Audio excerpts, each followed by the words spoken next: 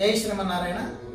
ఈరోజు మనం మాట్లాడుకునే టాపిక్ సనాతన ధర్మంలో మనిషి చనిపోయిన తర్వాత ఎందుకు దహన సంస్కారాలు చేస్తారు, అంటే అంత్యక్రియలు ఎందుకు చేస్తారు.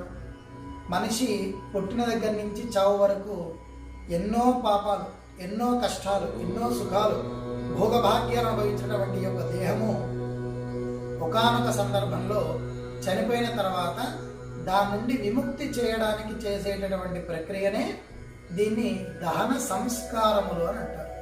ఇది చేయడం వల్ల మన శరీరము ఆత్మ విముక్తి చెంది ఆత్మ పైలోకానికి వెళ్ళడానికి ఒక మార్గం చూపించేదే ఈ దహన సంస్కారం. మరి ఇదే యొక్క దహన సంస్కారం చిన్నపిల్లలకి వర్తించదు. ఆ శిశువుకి ఎటువంటి కర్మలు అంటవు కనుక వాళ్ళని జల సమాధి కానీ భూ సమాధి కానీ చేస్తారు.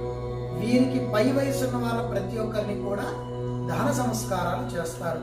ఇది చేయడం వల్ల శరీరానికి ఆత్మకి మోక్షం కలగాలని పెద్దలు పెట్టినటువంటి సాంప్రదాయం. ఈ విషయం మీకు ఎంతమంది తెలుసో కామెంట్ చేయండి.